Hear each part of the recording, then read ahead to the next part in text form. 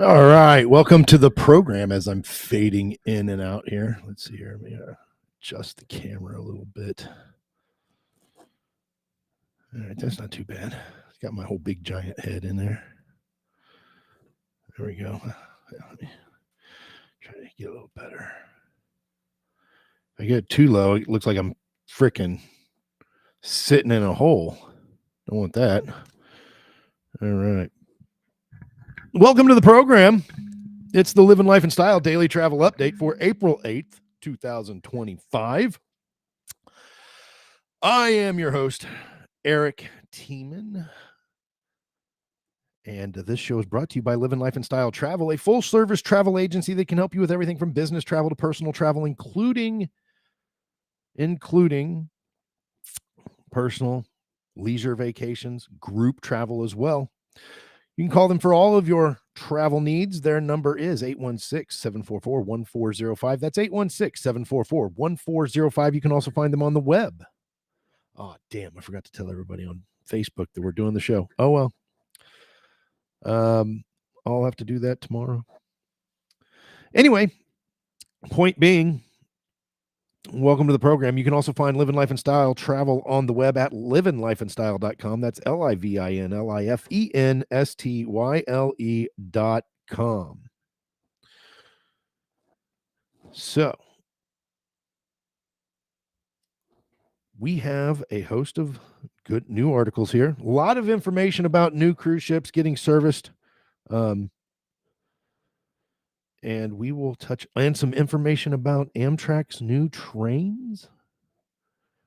And a hidden paradise that you might be interested in visiting. So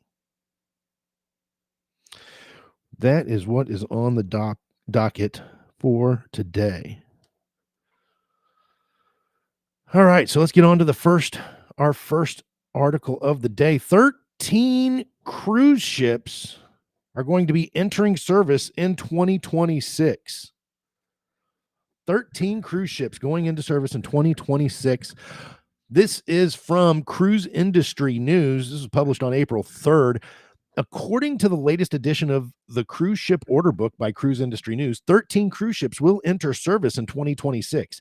As part of a strong year for the shipbuilding business, 13 vessels are set to be delivered to 12 cruise lines, including Viking, which is set to welcome 2 luxury vessels from Fincantieri, I think is how you say it.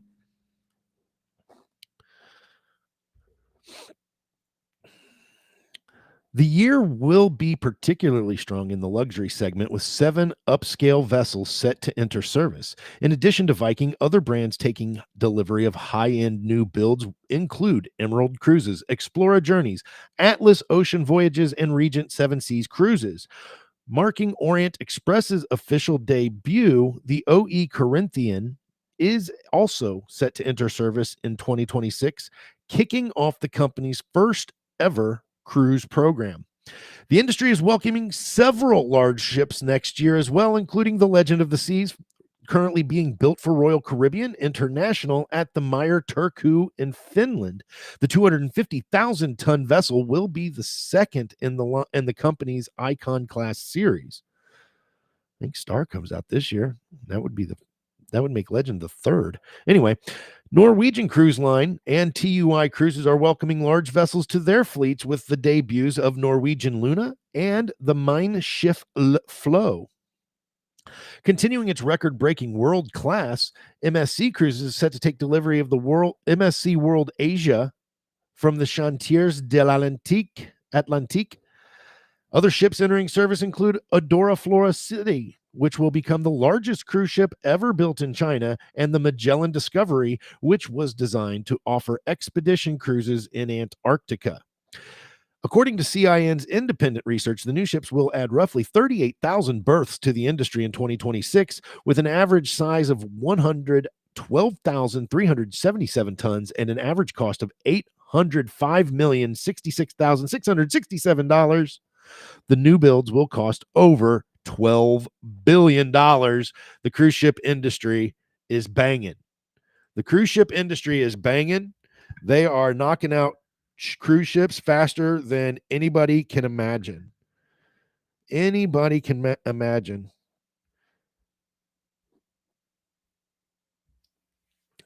So,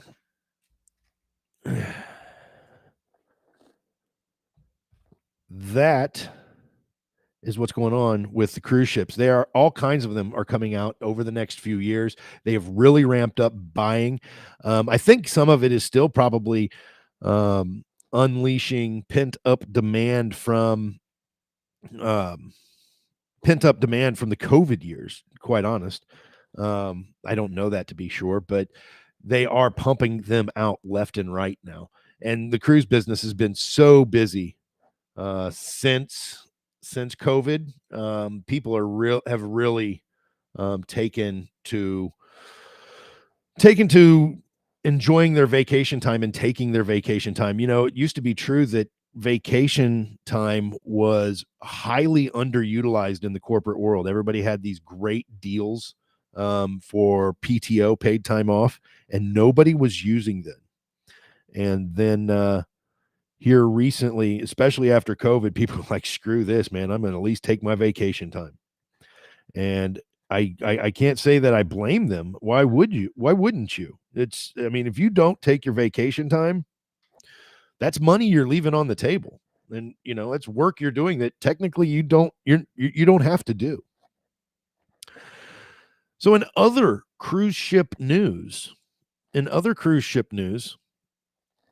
Norwegian Cruise Line ships leaving the fleet and cruises are being canceled. This is from Daniel Klein on the Street, published yesterday. The cruise line's move was unexpected, but the cruise line is losing 2 of its older ships. It's always sad.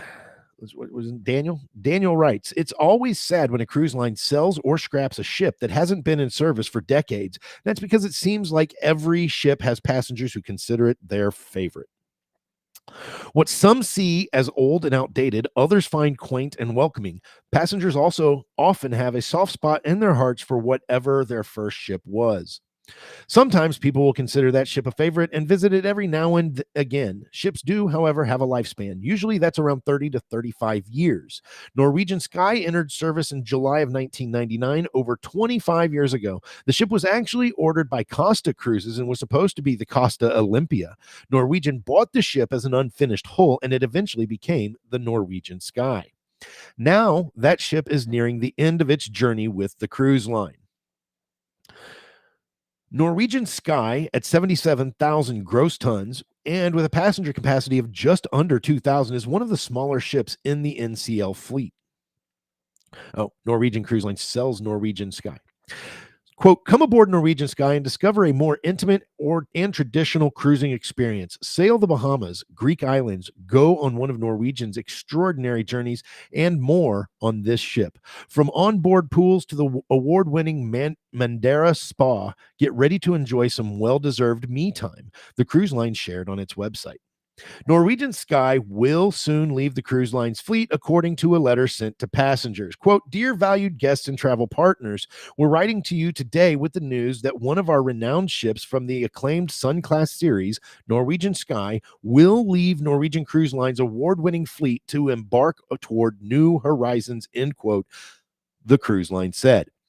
This, of course, does impact passengers. Quote, unfortunately, this means that your upcoming cruise on Norwegian Sky has been canceled. Cordelia Cruises, India's leading premium cruise line, has agreed to a long-term charter of Norwegian Sky beginning September 30th, 2026 in Dubai of the United Arab Emirates. While we are excited for her new chapter, it does mean, sadly, that to accommodate her timely arrival in Dubai on September 30th, 2026, all Norwegian Sky sailings embarking on or after August 20th, 2026 will be canceled, end quote, it added.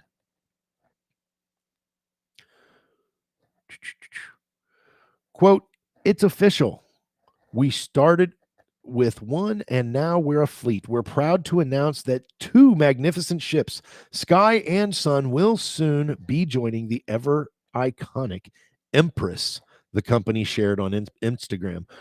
That is from Cordelia, who signed the lease to take over the Norwegian Sun as well as the Norwegian Sky. Norwegian explains what is next. The cruise line was apologetic about the change. Quote, travel partners are asked to please ensure that impacted clients review this information. We fully understand that the cancellation was not in your plans and sincerely apologize for the disappointment this news may cause. As Norwegian Sky is a favorite to many, we are truly grateful for their years of service, end quote, it shared. Norwegian is also adding the new Prima Plus class ships, Norwegian Aqua and Norwegian Luna. Now let's talk about what happens next. We're committed to making this as smooth as possible for you. A full monetary refund of the fare you paid will be automatically returned to the original form of payment provided at the time of reservation. No further action is required. The refund will be automatically processed within 30 business days, end quote, the cruise line wrote. People who paid via future cruise credits are covered as well. Quote, for the reservations paid via a previously issued future cruise credit, 100% of the FCC will be automatically reapplied to your Latitudes account within 10 days of the cancellation date. No further action is required, end quote, it added. The cruise line is also giving a small bonus for those who had their trip canceled. As a small token of our appreciation to say thank you for being a part of the Norwegian Cruise Line family and giving us another chance to create an unforgettable experience for you, we will be providing you with a 10% discount on your next voyage with us in the form of an FCC to be used towards any of our published sailings through December 31st, 2026. The FCC will be available for use beginning on April 15th, 2025, it added. That's next week, folks. That is next week. So next week, if you are on one of those cruise ships in the fall of 2026, you will be getting your future cruise credit from Norwegian. Norwegian has a very good reputation of taking very good care of their clients. I would expect this to be no different. I am not a specialist in Royal Caribbean, or I mean, in Norwegian. I am a specialist in Royal Caribbean. But at the end of the day, that's, it's good that they take care of their clients. That's what it boils down to. They take care of their clients. It's part of the life cycle of a ship. This type of stuff happens all the time. But it's good to see that the cruise line is taking care of their clients. All right. So moving on, the next thing we're going to talk about, it's more like a land cruise. It's not a land cruise. We're talking about Amtrak. Amtrak is impressing me with all of the features that they have available, and checking these new trains out that they're coming out with. I think there might, their rail offerings might be a significant upgrade over what we're used to thinking about Amtrak. Amtrak's this comes from travelandleisureasia.com. Asia talking about America's trains. That's kind of weird. That's flipping the script, isn't it? Right? I mean, we're always talking about the high-speed rail, in China and in Japan. Now Amtrak's making news in Asia. There we go. Amtrak's new trains with modern upgrades and panoramic windows are coming soon. The new Amtrak Aero trains, equipped with cutting-edge upgrades, will be rolled out in 2026. Here is everything you need to know. This article is from Evie Carrick. It was published on the 5th, which was Saturday. I was at the baseball fields. That is the Amtrak Aero speeding along. Interesting. The first Amtrak train departed from New York on May 1st, 1971, marking the beginning of a journey that spanned over 50 years.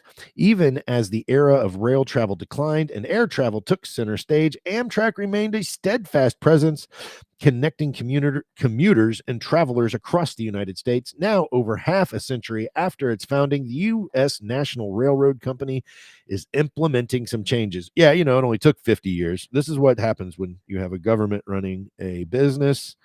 Like I said, I am impressed with what Amtrak has to offer. That hasn't changed.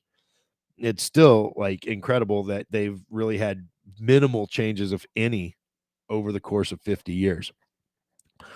At the forefront of Amtrak's evolution is the new addition of Amtrak Aero, a new train ushering in what Amtrak is calling a new era of rail. The new California-made trains will debut in 2026 on several established lines, including the Northeast Regional, Empire Service, and the Vermonter. Amtrak Aero trains spotlighting the new upgrades. Look now. Okay, I've been on Amtrak trains. That is a huge upgrade just looking at those seats. That is very nice compared to what I've seen, the ones I've been on. Amtrak Aero's passenger cars will have modern, spacious interiors with panoramic windows, even in coach. The seating will be more spacious with extra legroom, bigger tray tables, movable headrests, and seats with a dedicated cup holder and tablet holder.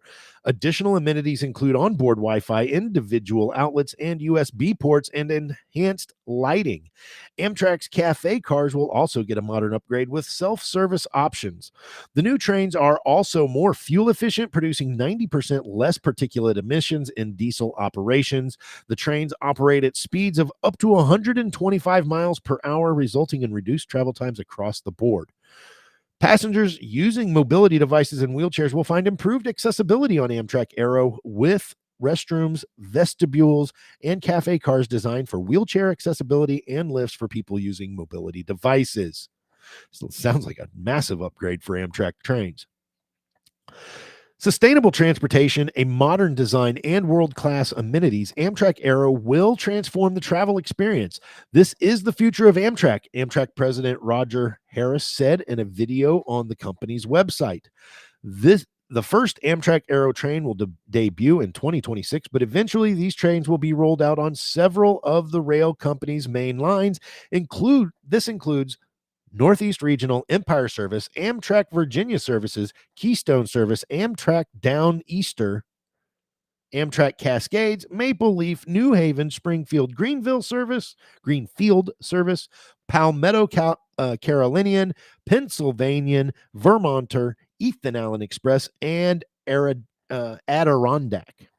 The Amtrak Aero announcement comes as the company invests billions in everything from expanded rail yards and updated train stations to the addition of observatory cars on popular routes. So, Amtrak is definitely making a huge push in their marketing and in their efforts for the product that they provide to be more of a land-based river cruise sort of opportunity for their passengers. And I got to be honest, I'm kind of excited to see this happen. I think rail could be an awesome way. I mean, I got to be honest. I think river cruises should be a bigger industry here in the States as well, because we have one of the best river networks in the entire world for one country. But at the same time, I feel like the rail system is extremely underutilized. There's like lots of areas of this country where only the train runs through there, right? I mean, you get out in the wilderness and stuff and see parts of this country you cannot really see easily any way better than you can on a train. So it's definitely worth considering for, even if you're not going to do the full vacation thing, just taking it as your mode of transportation. It would be really cool if they could get one of these trains on the Kansas City St. Louis line, 125 miles an hour. That turns a 3-hour trip into an hour and a half trip. Yeah, that would be fantastic. I bet that higher speed train, though, it reduces train stops. I bet you don't get as many stops just because it's going to end up traveling so fast. But it's definitely a huge upgrade over what they've been using for the last 50 years. Good job, Amtrak. Good job, Amtrak. All right, we're going to move on to our last Article of the day from theislands.com and Renee Bennett. This came out last Friday. One of the least visited countries is a hidden tropical paradise of turquoise lagoons and a vibrant culture. A little travel inspo for you here at the end of the show. So, Renee writes, while travelers flock to Fiji's popular, top-rated islands, or Bora Bora, the celebrated vacation destination, Kiribati remains an untouched gem, far from the crowds. This island nation made up of 33 coral atolls and reef islands, stretches across the central Pacific Ocean just south of Hawaii, with its official tourism slogan, Kiribati is for travelers, not tourists. It's clear this isn't a place for luxury resorts, swim-up bars, or five-star dining. Instead, it offers a rare chance to connect deeply with nature and experience a rich Pacific Island culture.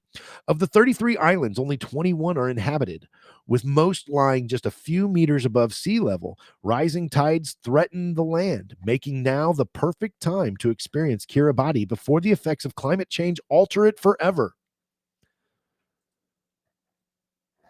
The country is divided into 3 island groups. The Gilbert Islands house the capital, South Tarawa, where more than half of Kiribati's residents live.